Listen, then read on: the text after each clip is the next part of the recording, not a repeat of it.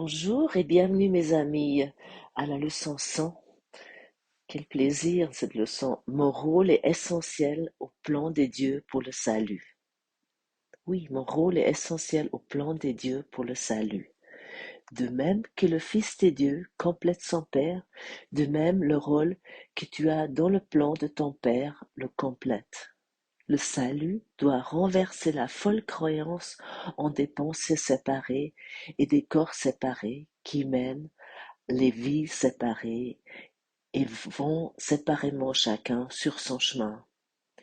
Une seule fonction partagée par des esprits séparés les unit en un seul but, car chacun d'eux est également essentiel à eux tous.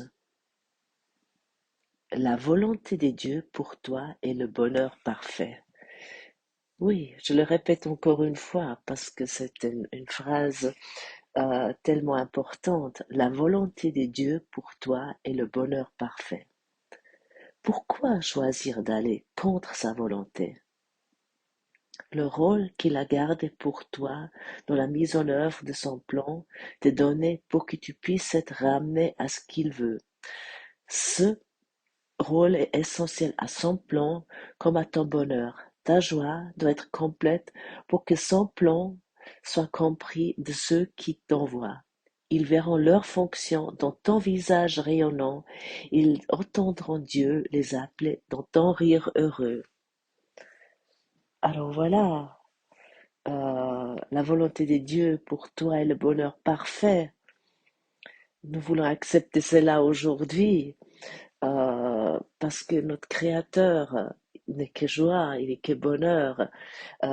Dieu n'est jamais triste et nous sommes sa création. Donc comment pouvons-nous être autrement?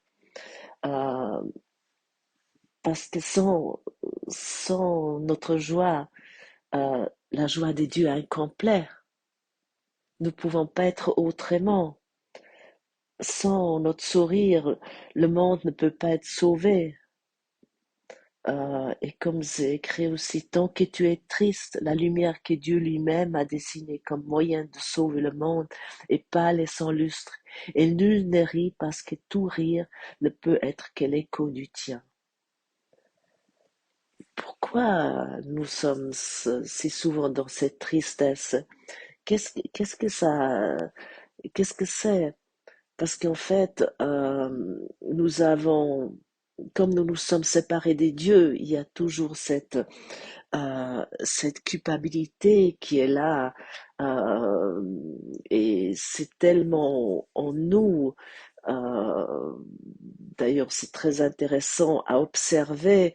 euh, les enfants, les petits-enfants, ils rient tout le temps, le rire des enfants, mais plus tard, lorsqu'on écoute vraiment le rire, euh, c'est pas plus un vrai rire souvent. C'est très rare que les gens aient ri vraiment de joie, de bonheur, euh, parce que nous croyons que nous sommes séparés de notre Créateur et nous avons mis une telle couche où c'est sur l'idée que Dieu va nous punir pour cela. Dieu ne peut pas être la joie. Euh, et ça, nous avons beaucoup entre nous dans notre éducation religieuse, qui est, même si on n'a pas eu une éducation religieuse, mais c'est dans notre on pourrait presque dire dans notre ADN, cette idée que Dieu est quelqu'un de sévère. Il y a cette image qui reste malgré déjà que c'est une personne pour beaucoup de gens, souvent du sexe masculin, en tout cas comme enfant on s'imagine ça un peu comme ça, et qu'il peut nous punir, qu'il est sévère, mais c'est pas du tout ça. Dieu veut que nous rions, que nous acceptons notre véritable rôle ici. Euh, c'est uniquement nous sommes ici euh, pour accomplir ce rôle.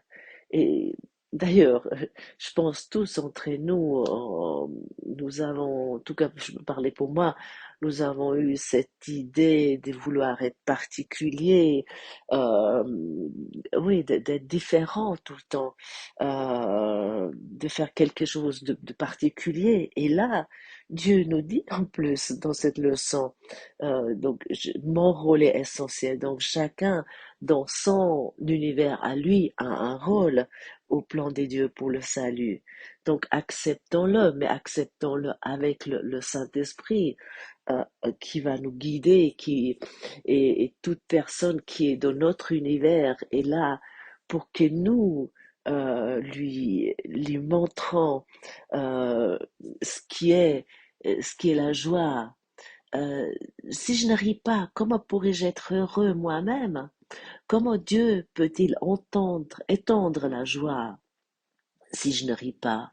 Moi, si je ne suis pas dans la joie, euh, oui, si je laisse l'obscurité en moi, euh, elle me sera reflétée. Le monde est un miroir. Ma joie, ma paix, ma bonté sont essentielles. Euh, et je guéris tout le monde entier avec ça. Euh, Si je ne suis pas dans le rire, dans la joie, euh, comment je pourrais être avec toi dans la joie? Si j'arrive vers toi et tu vois une personne fermée, triste, bien sûr, tu vas réagir de la même façon. Euh, donc, Dieu n'a pas attribué la tristesse. Et aujourd'hui, nous ne voulons pas laisser installer cette tristesse. Euh, Parce qu'au fond, il n'y a que le bonheur. Euh, et ça, tu exprimes ça maintenant, ce qui est ta véritable nature. Donc, ne te morfons plus. Parce qu'il s'agit ici de la joie. Aujourd'hui, nous voulons vraiment être heureux. Nous voulons trouver la joie en nous. Euh, et puis, bon, bien sûr, tu peux me dire maintenant, mais est-ce que tu as vu le monde? Est-ce que tu as vu ce qui se passe? Est-ce que tu connais mes problèmes? Comment je pourrais être dans la joie? Mais hier, nous avons eu cette leçon euh, où c'était dit le salut et le pardon sont ma seule fonction ici. Donc tout ce qui apparaît, qui semble pas être joyeux, donne-les au Saint-Esprit. Pour cette raison, nous avons le Saint-Esprit pour nous, pour que nous pouvons donner cette tristesse, cette inquiétude, tout ce que nous racontons tout au long de la journée. Euh, et je trouve cette phrase, de même que ta lumière augmente, chaque lumière qui brille dans le ciel, de même ta joie sur terre appelle tous les esprits à lâcher prise de leur chagrin et à prendre leur place à côté de toi dans le plan de Dieu. Les messagers des dieux sont joyeux, et leur joie guérit le chagrin et le désespoir. Oui, les messagers des dieux. Toi, tu es un messager des dieux, comme moi aussi. Euh, Tu vas me dire peut-être aussi, mais non, je suis pas un messager de Dieu, j'ai rien à dire. Non, tu as ton univers qui est là pour toi, pour que tu apportes cette joie, pour que tu sois là. Ne te laisse pas aller à la tristesse aujourd'hui, parce que euh, autrement tu manques à montrer à ton monde comment le bonheur est grand, et que ce bonheur, notre Père, notre Créateur le veut pour nous. Et il a besoin de nous pour ça. Et il nous demande vraiment ici d'être les messagers. Donc il a vraiment besoin de notre joie. Et donc soyons aujourd'hui, rions aujourd'hui, soyons joyeuses. Euh, et même si nous rencontrons quelqu'un qui n'a pas l'air joyeux, euh, faisons ce qu'il y a à faire, reconnaissons notre projection et disons, Saint-Esprit, guéris cela dans mon esprit, guéris ce que je vois dans mon esprit et regarde au-delà de cette forme, au-delà de cette projection, parce que derrière cette projection, il y a la lumière, il y a la joie, il y a le bonheur, il y a le rire. Euh, mais si tu pratiques ça vraiment et tu vas aujourd'hui dans ta journée avec cette attitude, tu vas l'expérimenter, je te le garantis, c'est sûr. Euh, T'inquiète pas, nous avons tous nos pardons à faire, tu n'es pas seul dans ça, mais nous avons le Saint-Esprit à nos côtés. Alors faisons l'ensemble aujourd'hui. Permettons-nous d'y parvenir, euh, parce que nous sommes en sécurité. Euh, tu es totalement en sécurité en Dieu, parce que tu es dans le bonheur de ton Créateur, qui tu es également. Tu es dans la lumière de Dieu, qui tu es également. Euh, et tous ceux qui adhèrent à la volonté des dieux, ils seront heureux. Et la volonté des dieux pour nous est la joie et le bonheur, que nous sommes pareils à lui. Nous voulons tous la paix des dieux. Et tant que je ne reconnais pas que l'autre veut la même chose, je ne peux pas la connaître, là, cette paix, cette joie. Mais il n'y a pas d'autre personne. Tout est un appel à l'amour. Tout ce que tu vois qui n'a peut-être pas l'air joyeux, tu es là ici en tant que messager pour transmettre cette joie, cette rire. Permets-toi de rire aujourd'hui. Permets-toi d'être joyeux. Euh, Sois euh, comme une fontaine qui jaillit aujourd'hui, euh, sans restriction. Nous, nous, nous sommes souvent tellement, comment je pourrais dire, muselés parce que nous sommes dans des codes sociétals. On nous a appris qu'il faut se comporter de telle et telle façon. Euh, et non, tu peux aujourd'hui être la joie. Bien sûr, parfois, ça, euh, voir la lumière en tout et en tous, cela apporte une joie commune, c'est certain. Et parfois, nous avons besoin de beaucoup de patience, mais en même temps, rien ne doit devenir autre chose. Chaque rencontre est prévue. Euh, et le bonheur n'est pas parce que nous avons accompli ou nous avons reçu quelque chose. Ça, c'est aussi une de ces idées totalement fausses que nous avons si souvent. Ah, maintenant, je peux être content parce que j'ai reçu telle ou telle chose. Euh, non, euh, mais nous suivons le plan de salut de Dieu. Et c'est ça notre véritable joie. Nous ne nous laissons pas aller à la tristesse aujourd'hui. Euh, Parce que si tu te laissais aller à la tristesse, tu montres au monde comment, comme est grand. À ce moment-là, tu te fermes du monde si tu te laisses aller à la tristesse. Tu te fermes à la joie. Non. Mais si les pensées de tristesse arrivent, dis-toi, non, Saint-Esprit, je ne veux pas cela. Prends ces pensées. Je veux expérimenter aujourd'hui mon rôle. Je vais expérimenter aujourd'hui le bonheur. Je vais accepter mon rôle qui est essentiel au plan de Dieu pour le salut. Parce que tu es le messager de Dieu aujourd'hui. Est-ce que c'est pas formidable? Enfin, non? Et si tu es triste, ton rôle n'est pas rempli. Et ainsi le monde entier est privé de joie avec toi. Nous ne voulons pas être tristes aujourd'hui. Et nous pratiquons aujourd'hui cette leçon nouveau comme les dernières jours, déjà semaines, euh, chaque heure, 5 minutes. Et souviens-toi aussi souvent qu'il est possible cette leçon aujourd'hui. Aille avec toi, que ça vient comme un mantra, que tu es la joie de ton Créateur et que ton rôle est essentiel au plan de Dieu pour le salut, que tu es le bonheur, tu es le rire. Euh, et expérimente ça avec ton entourage. Euh, et j'ai beaucoup aimé la phrase dans le passage 7. Tu t'es certes trompé en croyant que le sacrifice était requis. Alors, Ça, c'est quelque chose, je connais très bien. J'ai eu une éducation catholique en Autriche de ma, de mon enfance. C'était vraiment, ça faisait partie de la vie.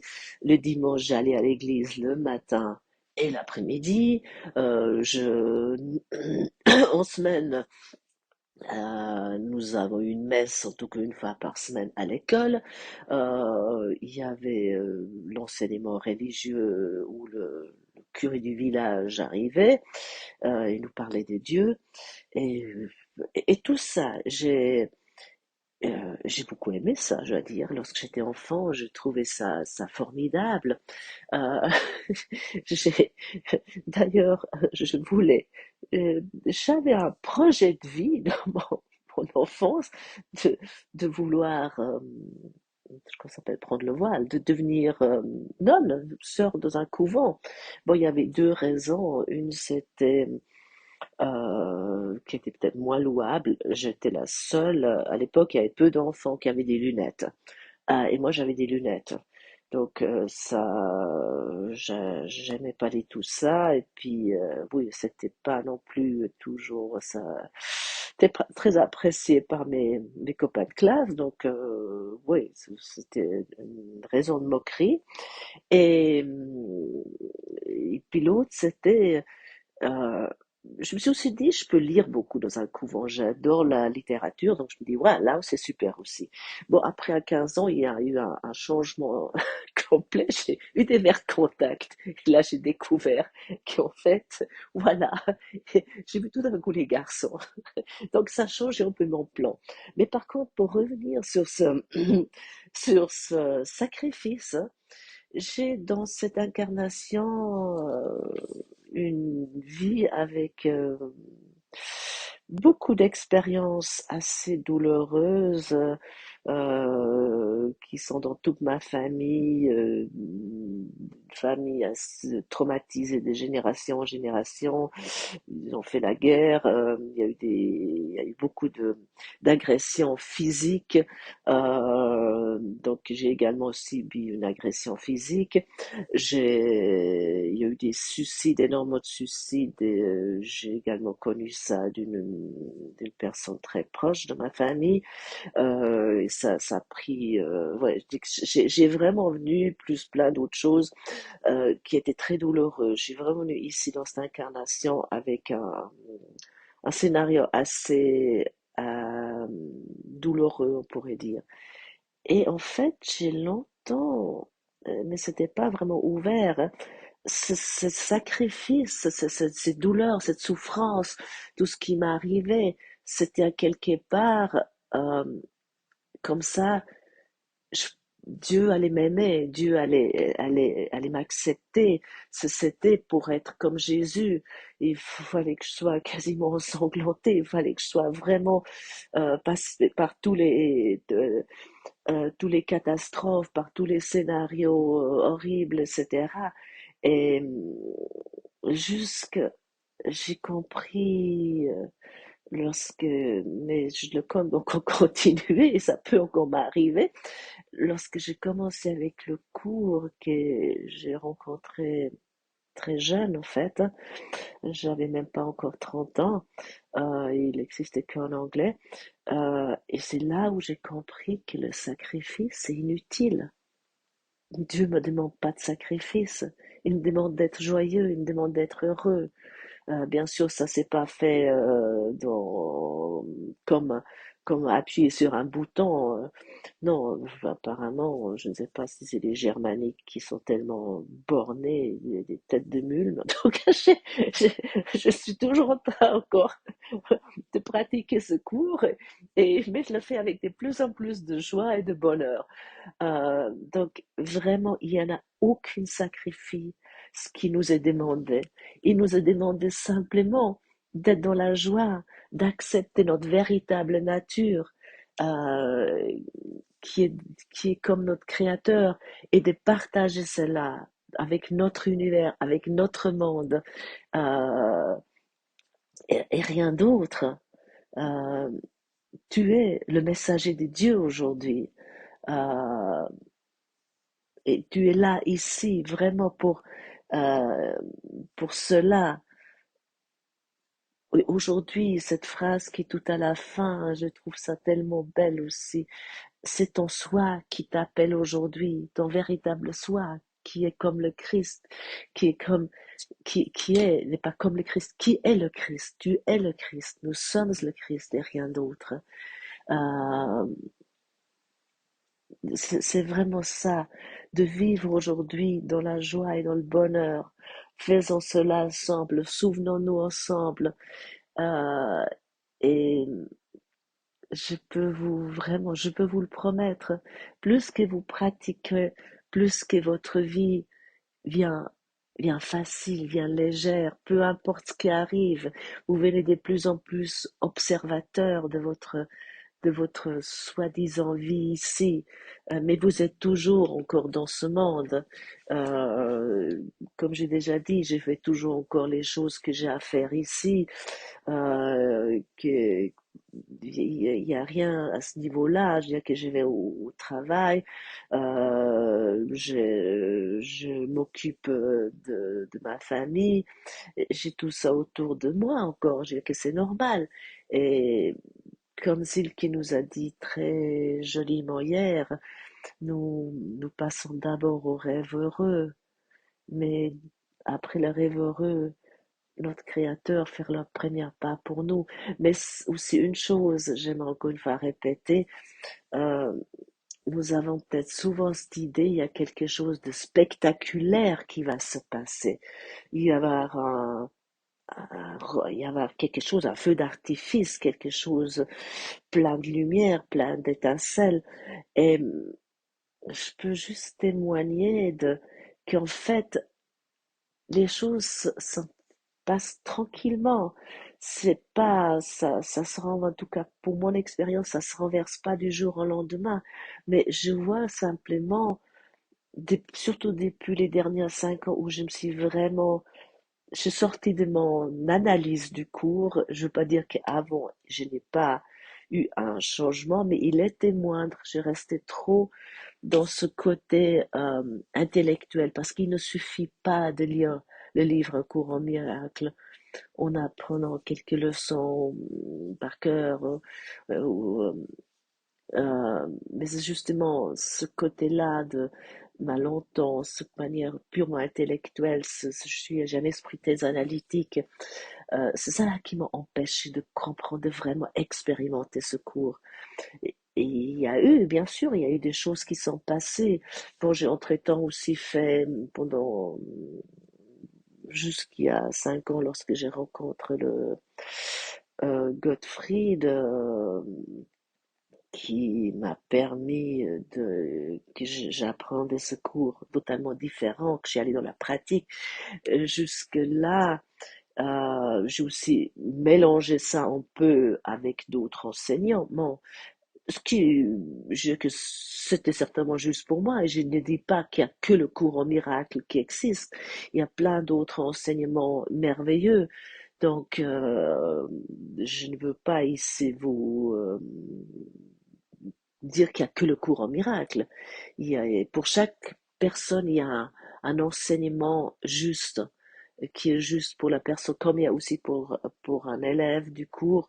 Souvent, nous avons un enseignant et qui peut soudainement changer ou qui est plus là parce que tout d'un coup, comme c'était dit hier dans le message de Silke, nous laissons tomber enfin nos béquilles parce que nous devenons adultes, nous savons marcher, nous quittons nos chaussons d'enfance, euh, mais c'est il y a souvent un certain temps, nous avons besoin quelqu'un ou pas, je sais pas. Pour moi, en tout cas, c'était ça que j'avais besoin, qui m'aidait.